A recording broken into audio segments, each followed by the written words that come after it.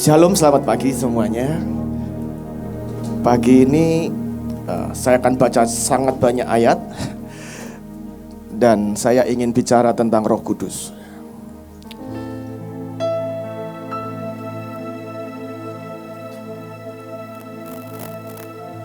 Sejak dari awal penciptaan, kita sering taunya Roh Kudus itu masifnya mungkin di Perjanjian Baru. Tapi sebenarnya bahkan dari ayat pertama di Alkitab itu sudah ngomong tentang Roh Kudus. Itu roh yang melayang-layang, hovering spirit. Kejadian 1. Pada mulanya Allah menciptakan langit dan bumi. Bumi belum berbentuk dan kosong. Gelap gulita menutupi samudera raya. Dan perhatikan, dan roh Allah melayang-layang di permukaan air. Berfirmanlah Allah, jadilah terang, lalu terang itu jadi. Allah melihat terang itu baik, lalu pisahkannyalah terang itu dari gelap. Itu cerita penciptaan, saudara. Waktu itu bumi belum berbentuk, ada 3 hal. Yang pertama belum berbentuk, belum jelas gitu. Yang kedua kosong, dan yang ketiga gelap. Itu kayak hidup kita waktu kita belum ketemu Tuhan, saudara. Setuju ya? Gak jelas gitu. Bahkan saat kita belum tahu destiny kita. Kemarin Coach Irin khotbah tentang destiny di Hancin. Dan saya cukup sedih ketika ditanya jemaat, siapa yang sudah tahu destiny-nya? Itu yang angkat tangan sedikit, saudara. Saya rasa kalau saya tanya di sini harusnya jauh lebih banyak. Tapi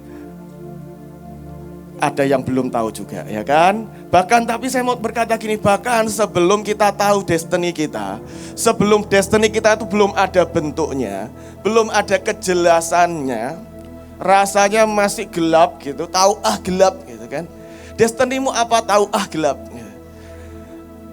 Percayakah kau bahwa Roh Kudus itu sudah hovering, melayang-layang, itu seperti induk Raja Wali yang mengawasi sarangnya, ada telur di sana, telurnya dan siap menetas.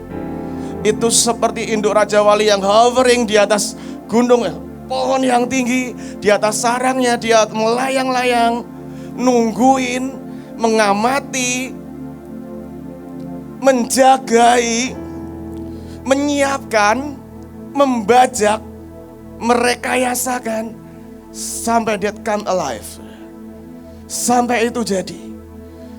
Saya gak pernah membayangkan saya satu kali jadi pendeta, jadi gembala. Tapi ketika saya runut jauh ke puluhan tahun ke belakang, saya melihat Roh Kudus itu sudah mulai mengerjakan. Ketika saya teenager 11-12 tahun, tempat main saya itu toko buku Immanuel.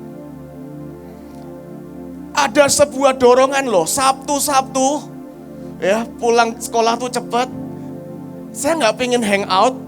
Ada sebuah dorongan yang nuntun saya bisa 3 jam, 4 jam di toko buku Immanuel. Ngapain? Gak sanggup beli. Semua buku yang gak ada plastiknya boleh dibaca, ya kan? Semua buku yang tidak terbungkus plastik itu boleh dibaca di tempat. Saya gak sanggup beli kaset rohani, saya numpang dengar. Dan itu saya gak pernah nyadari, menyiapkan itu seperti Roh Kudus menyiapkan dan hovering dalam hidup saya. Sampai yang gak berbentuk itu, yang gak ada polanya, belum jelas, tahu-tahu itu come alive. Bahkan loh kalau kita baca, Roh Kudus itu gerak duluan loh. Mulanya bagaimana Allah mulai menciptakan langit dan bumi belum berbentuk dan kosong, yang gerak duluan, yang disebut dari 3 pribadi Tuhan, Roh Kudus duluan loh. Dia gerak duluan, dia move duluan, dia membentuk dulu, dia menyiapkan dulu, dia membajak dulu, dia mengkondisikan. Baru Elohim itu berfirman. Dan ketika Bapa itu berfirman, firman itu Yesus itu mengeksekusi. maka jadi. Nah, kalau engkau dalam hidupmu, aku masih banyak yang belum berbentuk, belum tahu nih gitu ya, formnya gitu. Ya saudara, waiting on God, nantikan Roh Kudus. Dan nurut gitu, dengan dia menggiring kemana. Ada yang menarik loh saudara ya. Pola ini terjadi terulang di perjanjian baru. Lukas 3 ayat 22. Itu waktu Tuhan Yesus dibaptis.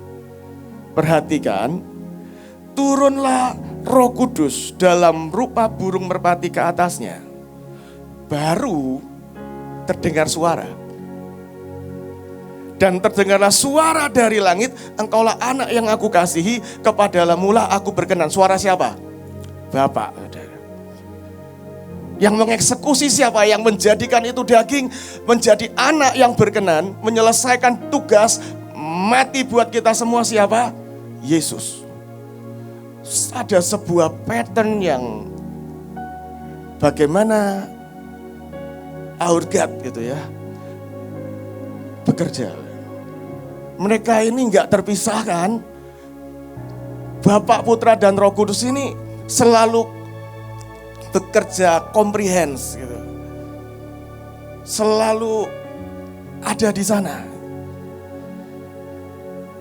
Dan Roh Kudus itu ketika bahkan semuanya firman belum ada, nubuatan belum ada, ya kan? Dia sudah mulai ngerjain hati kita. Dia sudah mulai mengkondisikan hidup kita. Dia sudah mulai. Dan kalau hidupmu hari ini banyak hal yang rasanya belum jelas, masih abstrak, ada Tuhan Roh Kudus.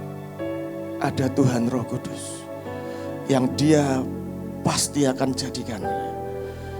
Pasti akan menyiapkan, mengkondisikan, merekayasa sampai yang ilahi itu come alive dari hidup kita. Dan dia berkata gini, jadilah terang. Maka terang itu jadi. Kalau Tuhan sudah berfirman, itu pasti jadi.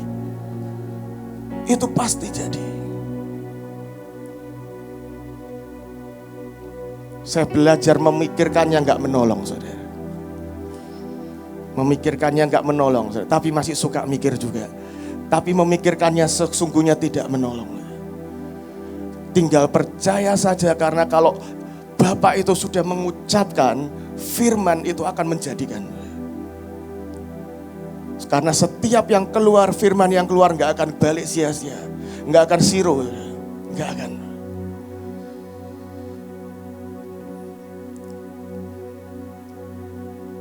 Dan Alkitab berkata, berfirmanlah Allah, jadilah terang, maka terang itu jadi. Maka Allah melihat terang itu baik. Lalu dipisahkannya terang itu dari gelap. Bukankah ini kayak hidup kita? Kita ini gak jelas, kita ini gelap, kita ini empty hidup kita. Sampai kita ketemu Tuhan, sampai Roh Kudus masuk di hidup kita mulai ngelihat big picture, kita mulai ngelihat jelas, ngelihat destiny, ngelihat masa depan. Kita mulai, Tuhan berkata, engkau terang dunia. Dan terang itu baik. Tahukah engkau, hidupmu itu baik. Bahkan sangat baik. Hidupmu itu destiny-nya jadi terang. Dan Alkitab berkata terang itu harus dipisahkan dari gelap. Lebih tepatnya ketika ada terang gak ada gelap. Ya kan? Ketika ada terang, gelap itu hilang. Kegelapan itu adalah absen dari terang. Ketika Anda gak berfungsi, gak menyala, ketika saya dan saudara gak berfungsi, jadi terang, maka dunia ini akan gelap. Tapi kalau kita berfungsi dan kita berfungsi dengan sangat amat baik, maka kemuliaan Tuhan akan melenyapkan semua kegelapan. Dan percayalah, engkau itu sangat baik. Engkau sangat baik. Sangat baik. Kalau sampai Tuhan itu mati untuk membayar kita, supaya kita jadi rumahnya Roh Kudus, bait Roh Tuhan, percayalah, engkau itu sangat baik. Hal yang kedua, saudara, saya memperhatikan ada yang pengulangan lagi. Di Kejadian 2 ayat 7, ketika itulah Tuhan Allah membentuk manusia dari debu dan tanah. Kalau tadi belum berbentuk ya, nah ini mulai berbentuk. Tuhan Allah membentuk manusia dari debu dan tanah, bahkan dikatakan segambar. Ada desainnya, ada blueprintnya, segambar dengan Tuhan. Dan perhatikan, dan menghembuskan nafas hidup dalam hidupnya, demikianlah manusia itu menjadi makhluk hidup. Saya mau berkata, bahkan apapun yang kita rancang, sistem terbaik yang kita coba buat, manajemen yang terbaik, latihan yang terbaik, aransemen yang terbaik, koreo yang terbaik, itu baru come alive ketika rohnya dihembuskan.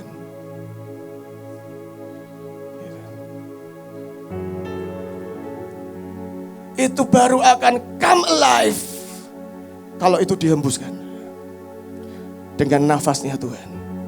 Hari itu Tuhan Bapa mengangkat Adam itu ya dari tanah. Itu face to face pertama. Nafas buatan gak mungkin gak face to face saja. Itu face to face. Dan dihembuskan nafasnya. Baru tanah liat ini come alive.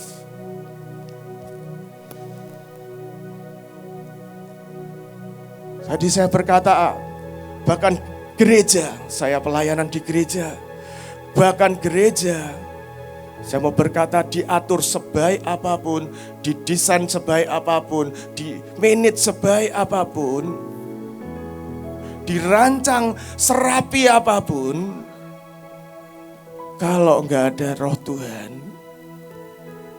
kalau dia enggak berhembus, itu tetap empty.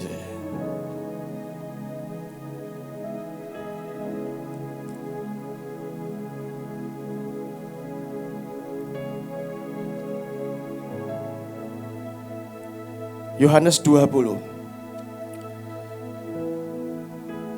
ayat 19.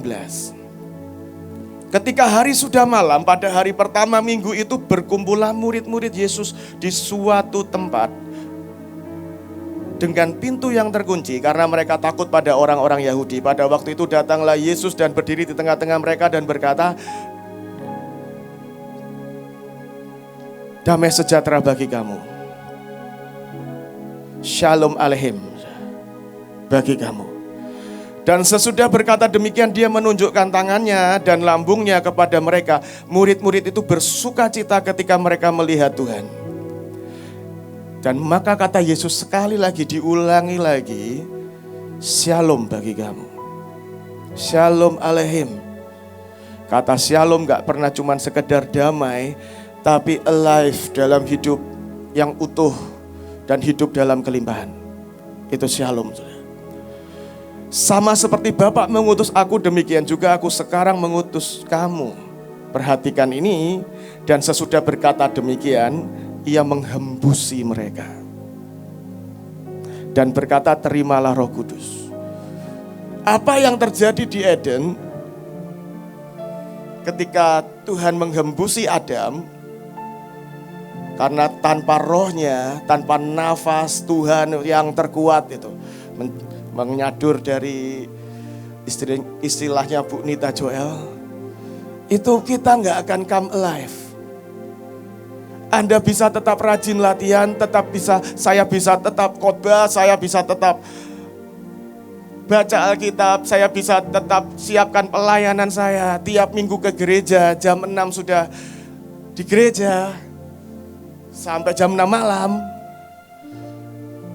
Kalau tidak ada Roh Kudus, empty, kosong, tidak hidup, tidak alive.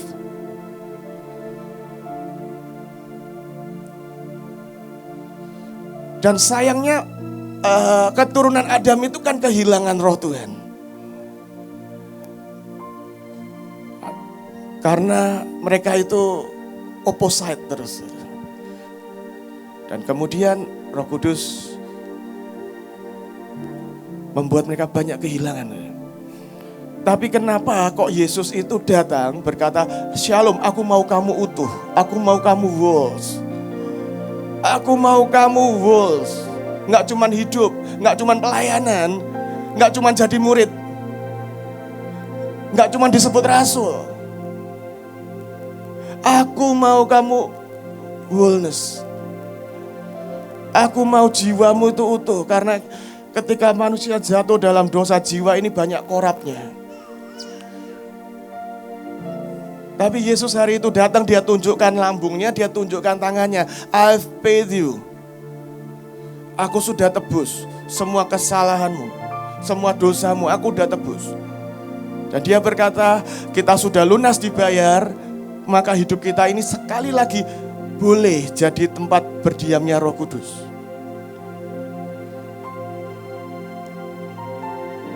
Dan dia ngulangi apa yang dilakukan di Taman Eden. Dihembuskan.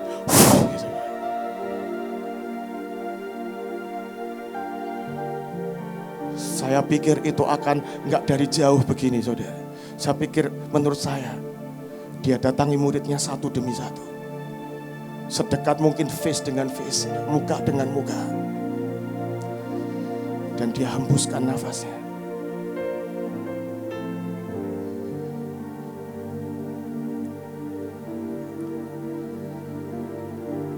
Karena dia pingin kita utuh, saudara. Enggak cuma ada di Mahanaim, di Batra bertahun-tahun. Tanpa sadar, saya itu sudah gembalakan mungkin berapa tahun? 8 tahun loh, saudara. 8 tahun. Tapi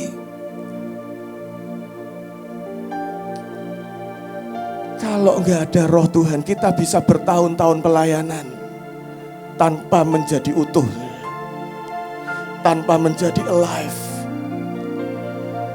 Dan pelayanan itu akan jadi sangat bored, sangat membosankan, meletihkan. Cuma kalau dia beri nafasnya, kalau Roh Kudus itu kita izinkan berhembus, itu akan come alive. Dan kita akan utuh dalam panggilan kita. Banyak orang dalam panggilan tapi gak menikmati. Banyak orang itu dalam panggilan dan tidak menikmati. Kemarin Coach Irin nanya saya sambil makan siang.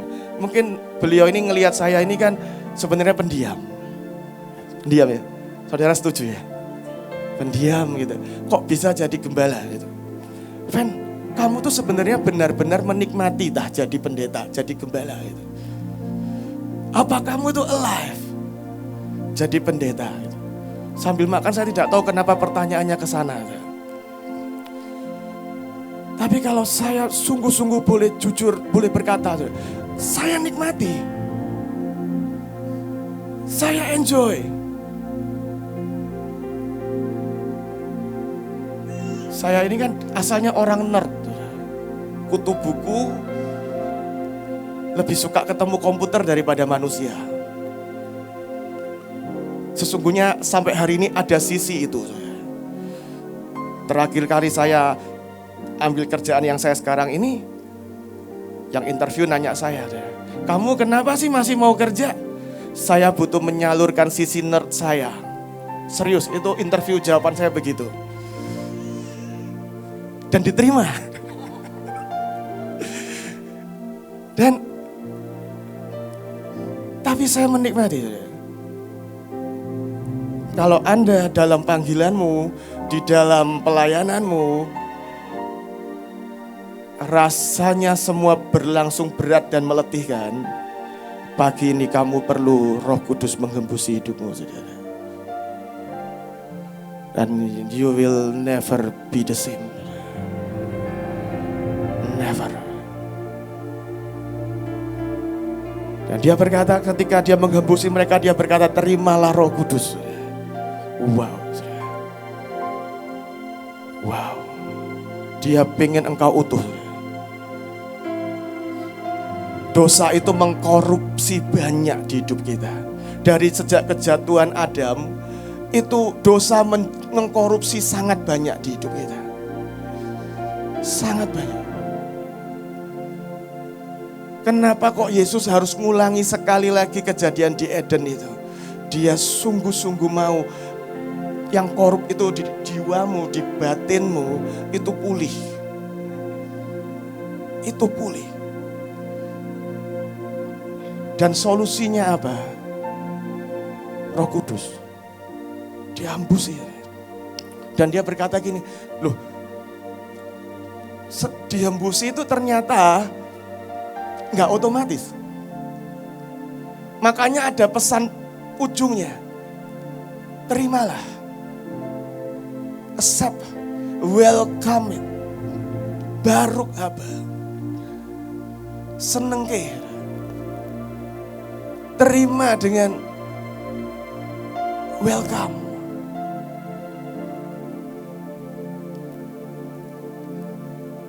Kadang-kadang di rumah kami itu ada yang menginap.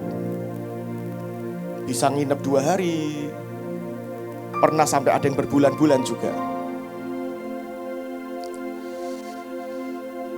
Tapi sesungguhnya setelah berbulan-bulan saya nggak sungguh-sungguh kenal dengan yang nginep di rumah saya. Kenapa? Loh, pagi kita berangkat sendiri-sendiri. Dia kalau pulang sudah langsung di kamar. Tidak bercengkrama dengan kita. Padahal saya ingin cerita banyak. Percayalah. Saya ingin cerita banyak, ingin ngajar banyak.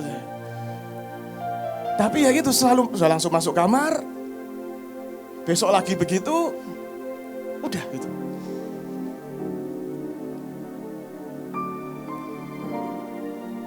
Tapi ini kebalik. Roh Kudus itu kan dimasukkan di hidup kita. Stay abide. Saya pernah ngajar kalau di perjanjian lama dia come and go. Tapi kalau di perjanjian baru karena kita udah lunas dibayar, dia stay abide dalam hidup kita. Problemnya, engkau terima enggak? Engkau well accept enggak? Kau welcoming dia dengan sungguh-sungguh, dengan nicely enggak? Atau tiap hari cuma ya udah pagi rutin, daily rutin dan urusan sendiri-sendiri. Maka dia akan cuma melayang-layang dengan frustrasi loh. Dari sisi Tuhan dia sudah lakukan bagiannya, dia menghembusi kita. Problemnya, apakah engkau terima? Apakah engkau itu accept, welcome? Saya perhatikan ada yang menarik satu lagi saudara ya. Perjanjian lama saudara, Kejadian 11. Ini tentang Babel. Juga kata mereka, marilah kita dirikan bagi kita sebuah kota dengan menara yang puncaknya sampai ke langit. Bahasa lain berkata, sampai ke heaven. Marilah kita cari nama supaya kita jangan terserak ke seluruh bumi. Maka turunlah Tuhan untuk melihat kota dan menara yang didirikan oleh anak-anak manusia itu. Dan dia berfirman, mereka ini satu bangsa dengan satu bahasa. Perhatiin ya, satu bahasa. Untuk semuanya ini barulah permulaan usaha mereka.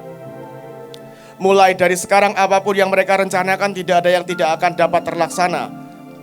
Baiklah kita, jamak ya, Bapa, Putra dan Roh Kudus. Turun dan mengacau balaukan di sana bahasa mereka. Sehingga mereka tidak mengerti lagi bahasa masing-masing. Ternyata bahasa itu memegang satu komponen yang sangat penting. Yang membuat mereka bisa membangun Babel, menara itu. Dan mereka punya satu ambisi, kita akan reach to heavens. Kita akan bangun ini naik sampai ke langit. Tapi gak usah pakai Tuhan-Tuhanan. Gak usah pakai Tuhan-Tuhanan. Dan kita akan bangun ini sampai ke langit, sampai ke surga. Banyak orang membangun pelayanannya, tidak di sinilah ya. Berharap bisa nyampe ke surga, tapi nggak pakai Tuhan-Tuhanan. Dan andalan mereka apa? Salah satunya bahasa yang sama. Motif yang sama. Ambisi yang sama. Kalau orang yang sama-sama nyinyir itu kan bahasanya sama. Statementnya tuh sama, diulang-ulang. Sama.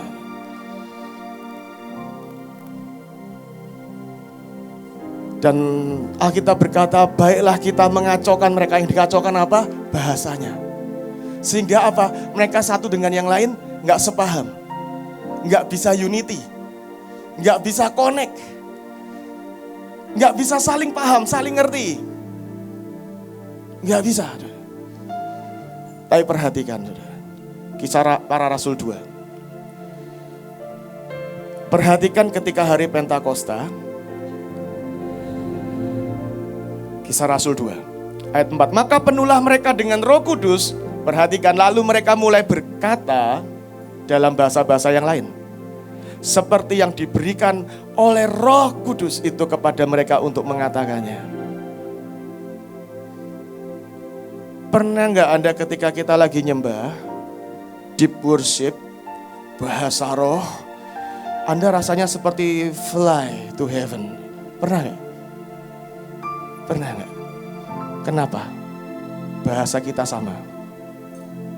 Bahasa roh. Pernah gak Anda lihat sebuah YouTube, orang bule ini atau orang Afrika lah ya. Dan dia ngomong bahasa yang Anda gak ngerti lah, Inggrismu jelek.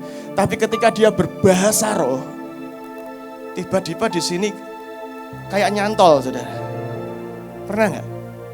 Dan Anda kayak dibawa melayang naik ke sorga gitu. Getting closer to God. Pernah ya? Kenapa? Bahasanya sama. Roh Kudus itu membalikan keadaan dari apa yang terjadi di Babel. Di sana Tuhan ngacauin bahasanya manusia. Di hari Pentakosta, loh itu yang kumpul bahasanya kan beda-beda, orang macam-macam. Kalau Anda baca ayat berikutnya, dari manalah, dari Kapadosia, Turki berarti ya, dan sebagainya. Bahasanya beda. Tapi mereka tiba-tiba hari itu bisa saling ngerti. Kenapa? Roh Kudus itu naruh bahasa yang sama. Bahasa yang sama. Kita kok gak ngerti? Gak apa-apa. Roh kita ngerti. Amin. Pikiran kita gak ngerti, gak apa-apa. Kalau masih ada yang ketika kita lagi berbahasa roh, terus kemudian Anda merasa terusik dan ini apa sih gitu ya. Coba take away gitu, pikirannya di take away dulu saudara. Dan Anda ikut nyembah. Gak apa-apa, nikmati aja, enjoy it, embrace it. Karena rohmu itu ngerti. Rohmu itu ngerti. Dan tiba-tiba kau akan ngerasain fly to heaven.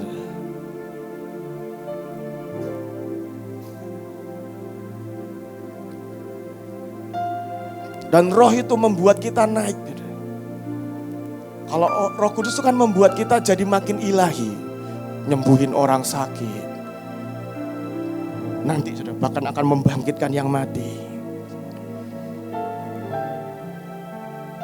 Kita akan naik semakin dekat dengan keilahian.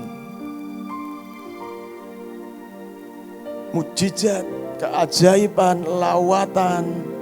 Kita akan menjadi makin ilahi. Naik ke surga. Seorang hamba Tuhan, Michael Koulianos, itu menantunya Benny Hinn. Dan ini orang yang menurut saya luar biasa mewarisi ayah mertuanya. Dia ngomong begini. Dia tuh mulai gerak dalam ketika saya mulai bergerak dalam karunia kesembuhan. Saya merasa Roh Kudus tuh di depan saya. Sembuhin ini, tumbangin tangan ini. Dia sakit, dia cancer. Tapi dia berkata gini, saya merasa spirit Babel itu di belakang saya. Iblis itu di belakang saya. Kenapa? Karena semakin tinggi ya. Ini Babel ini akan berusaha Babel itu kan spirit in the high, di ketinggian. Itu bukan di bawah bukan di kedangkalan. Itu spirit yang mainnya di ketinggian. Dia berkata gini, maka kadang-kadang ketika saya doakan seseorang dan gak sembuh gitu, spirit yang di belakang ini akan berkata, nanti kamu malu, manipulated. Gitu.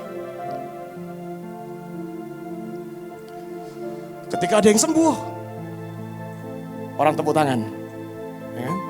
Spirit ini berkata gini, haleluya sekali lagi. Tepuk tangan, biar orang tepuk tangan lagi.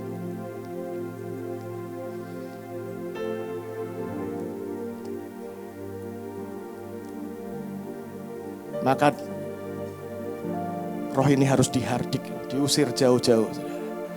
Karena kalau tidak, di ketinggian itu. Spirit ini berkata, kok enak menarahku jatuh sendirian. Aku akan menghempaskan engkau juga.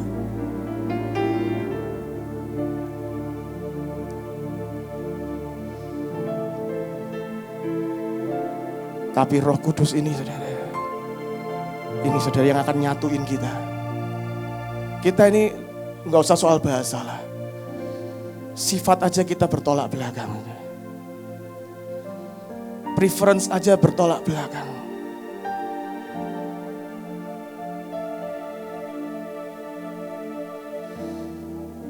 Tapi Roh Kudus itu akan menyatukan kita dan kita akan make things done. Saudara. Lawatan semua keilahian kita akan make things done.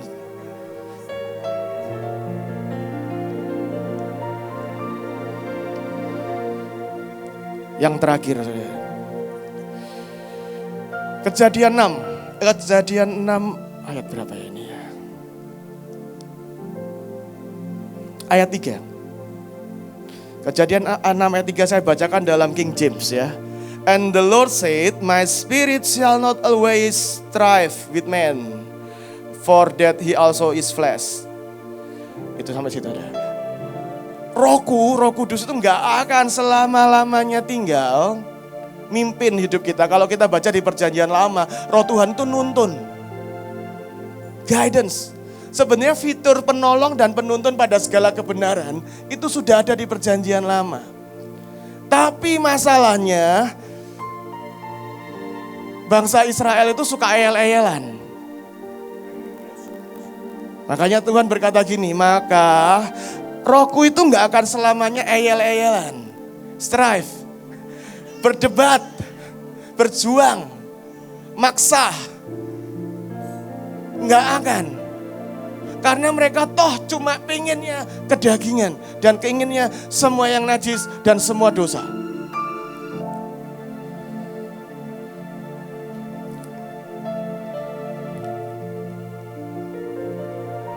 Karena itu saudara ya, Tuhan itu mengulangi lagi di perjanjian baru. Itu kayak seperti sebuah hubungan dengan Roh Kudus itu dipulihkan. Dipulihkan. Yesus itu membuat kita bisa connect dengan Roh Kudus. Dengan hubungan yang pulih. Yohanes 16 ayat 13, tapi apabila dia datang yaitu roh kebenaran, dia akan memimpin kamu ke dalam seluruh kebenaran. Sebab dia tidak akan berkata-kata dari dirinya sendiri, tapi segala sesuatu yang didengarnya, itulah yang akan dikatakannya. Dan dia akan memberitakan kepada kamu hal-hal yang akan datang. Saya kasih beberapa contoh bahwa Roh Kudus itu bisa mimpin. Roh Kudus itu pemimpin, nuntun kita. Saya suka ilustrasi ini saudara ya. Siapa di sini yang suka menggunakan GPS? Saya saudara, karena saya mudah tersasar. Bahkan tempat yang sering saya lewati saya mudah tersasar. Navigasi saya itu jelek banget. Dan peplekmatisan saya enggan bertanya pada orang. Lebih baik muter-muter. Nah, tapi ada bedanya saudara. Roh Kudus dikatakan penuntun. Akan menolong kamu, memimpin kamu pada segala kebenaran. Menunjukkan jalan menuju kebenaran. Tapi ada bedanya loh GPS sama Roh Kudus. Kalau GPS Anda yang set destination-nya. Kalau Roh Kudus, dia yang ngeset destinasinya. Kalau Anda yang ngeset, dia akan berkata, turn around, stop, turn around. Ada contohnya. Kisah Rasul 16 ayat 6, mereka melintasi tanah Frigia dan tanah Galatia karena Roh Kudus mencegah mereka untuk memberitakan Injil di Asia. Setibanya di Misia, mereka mencoba masuk daerah Bitinia, tapi Roh Kudus tidak mengizinkan mereka. Masalahnya, kalau orang Israel suka terabas, suka eyel-eyelan, strive. Jadi Roh Kudus itu akan capek, turn around, berhenti dulu, stop, turn around. Akhirnya dia buat, saudara.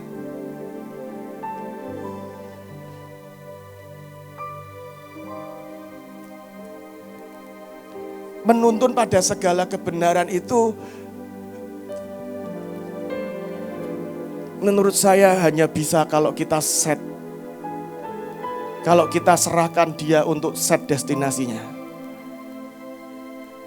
Kalau dia yang mengeset destinasinya, saudara.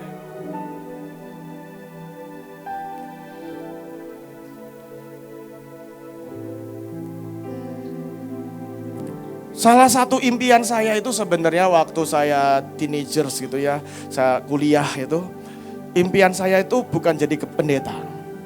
Jauh lah itu ya. Saya sering cerita ini, kalau saya tahu saya itu suatu kali jadi pendeta, saya itu rajin ke gereja. Rajin. Seminggu bisa 4 kali. Dari muda, serius. Sabtu aja ke toko Immanuel, saudara. Saya itu rajin, saudara. Tapi kalau saya tahu saya itu suatu kali destinasinya jadi pendeta, saya akan dengerin firman lebih sungguh-sungguh. Karena saya dulu ketika di gereja saya suka main snake, saudara. Itu ular yang tiap makan bertambah panjang, tapi kalau makan ekornya dia mati. Nokia itu ya. Itu menjaga saya awake. Karena khotbah di tempat kami dulu itu bisa 2 jam setengah. Dan saya mencoba awake, mencoba sadar gitu ya. Jadi, dan gembala saya itu kurang bisa melucu sudah ketika saya di Surabaya. Jadi saya membantu untuk awake dengan snakes dan Tetris. Tapi kalau saya tahu destinasi ujungnya itu pendeta, saya akan mendengarkan firman lebih baik. Saya akan mencoba dengerin lebih baik. Tapi enggak apa-apa, saudara. Karena Roh Kudus itu seringkali juga mimpinnya itu destinasinya bahkan enggak dikasih tahu.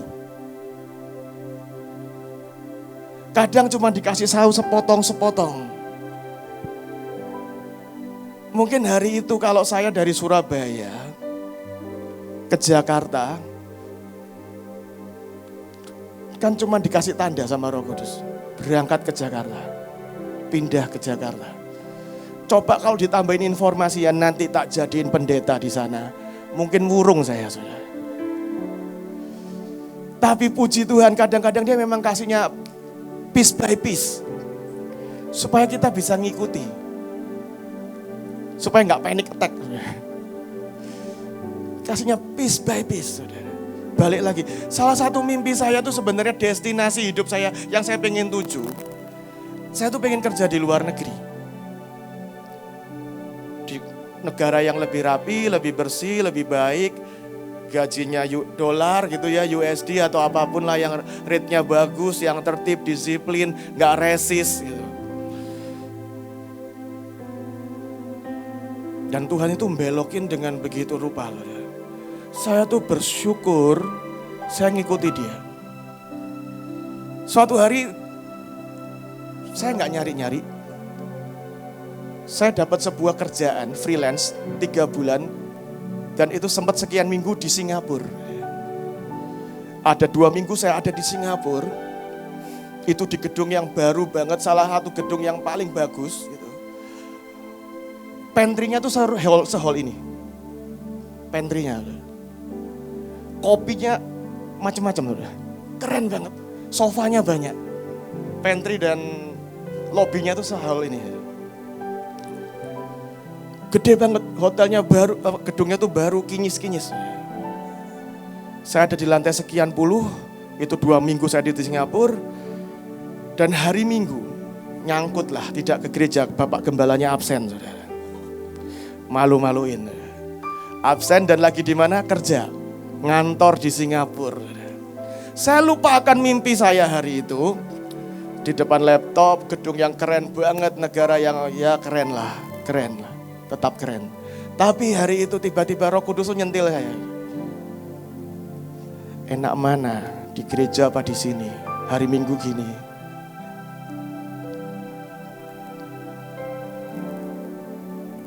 Dia izinkan saya nyicipi mimpi saya. Saking baiknya dia.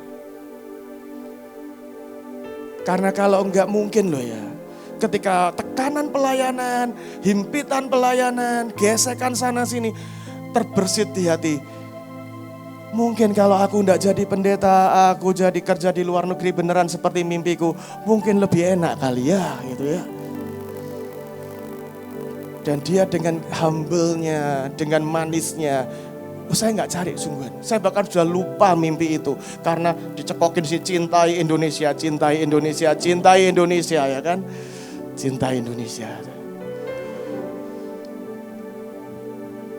Saya ingat assignment pertama kali datang ke sini itu, ke Jakarta, ke Bekasi itu kan kita lagi pertama kali ke kota-kota.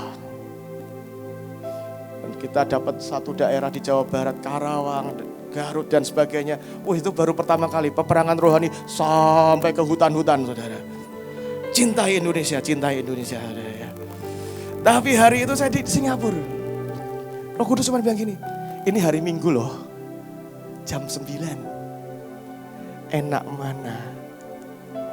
Di gereja apa di sini? Saya enggak bohong. Itu rate-nya bagus lah saudara. Bahkan saya cerita enggak sampai di situ saudara. Itu project cuma 3 bulan. Dan saya perform dengan baik lah. Customer kami itu datang ke saya gini. Kamu kan cuma 3 bulan toh di sini. Di consulting ini kan kamu freelance kan. Cuma 3 bulan. Gimana kalau habis itu kamu kerja sama kita aja. Itu tempting. Enggak, sama sekali tidak tempting. Tidak. Karena saya tahu hari Minggu lebih enak di gereja, saudara. I know it. I enjoy my calling. I enjoy my calling. Kenapa? Ada Roh Kudus. Nafasnya itu bikin saya alive. Bikin saya alive.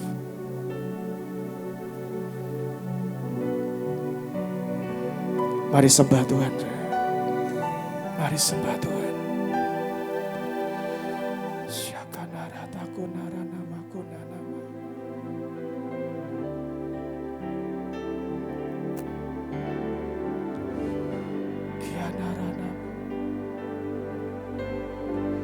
Berhembuslah Roh Kudus.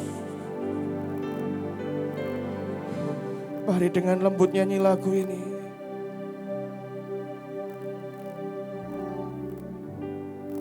Berhembuslah dan buat kami Roh Kudus di tempat ini.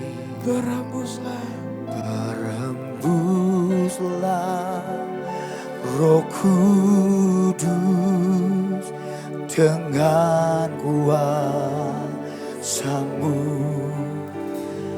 Pulihkanlah gereja-Mu di akhir zaman.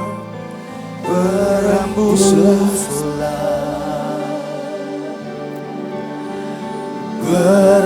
berhembuslah sekarang. Saya minta piano aja, berhembuslah Roh Kudus. Berhembuslah Mari Roh Kudus di tempat, buat hidup kami ini live again. berhembuslah Roh Kudus dengan kuasamu. Pulihkanlah gerejamu di akhir zaman. Berhembuslah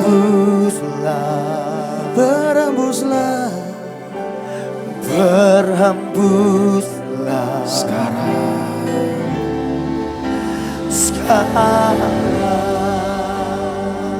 Kita ini hidup dalam sebuah covenant yang baru, perjanjian baru. This new covenant itu bikin sebuah privilege, keistimewaan. Apa yang rusak oleh dosa itu dipulihkan.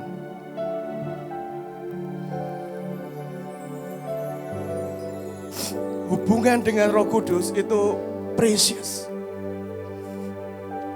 Itu precious. Dosa merusaknya. Dan itu sangat precious, sangat penting, sangat peace yang sangat penting. Kalau enggak, Yesus enggak akan berulang-ulang. Nanti ya kalau aku mati, aku naik ke sorga. Dia ulang-ulang terus. Receive, welcome it. Welcome Holy Spirit. Dalam hidupmu terima. Dan kali ini please treat him nicely. Jangan kayak orang Israel yang eyel-eyelan terus. Kita ini hidup di zaman yang penuh privilege. Kalau di perjanjian lama tadi ayatnya berkata, rohnya nggak akan terus eyel-eyelan, dia pergi. Tapi kita hidup di zaman yang penuh privilege. Yang bahkan ketika engkau stumble, ketika engkau berhenti, ketika engkau sakiti dia, dia tetap nunggu, dia tetap hovering. Melayang-layang hovering. Sampai engkau ngerti caranya nerima dengan benar. Pagi ini, kalau engkau mau punya hubungan yang lebih dalam, lebih intim, yang dipulihkan dengan Roh Kudus, pejamkan matamu, taruh tanganmu di dada. Dan katakan, hembusi aku Tuhan. Hembusi pelayananku, hembusi gerejaku. Hembusi tarianku, hembusi nyanyianku, hembusi musikku. Hembusi kerjaanku Tuhan. Hembusi rumah tanggaku, hembusi keluargaku, hembusi pernikahanku. Berhembus pada anak-anakku Tuhan. Supaya semua yang mati jadi hidup.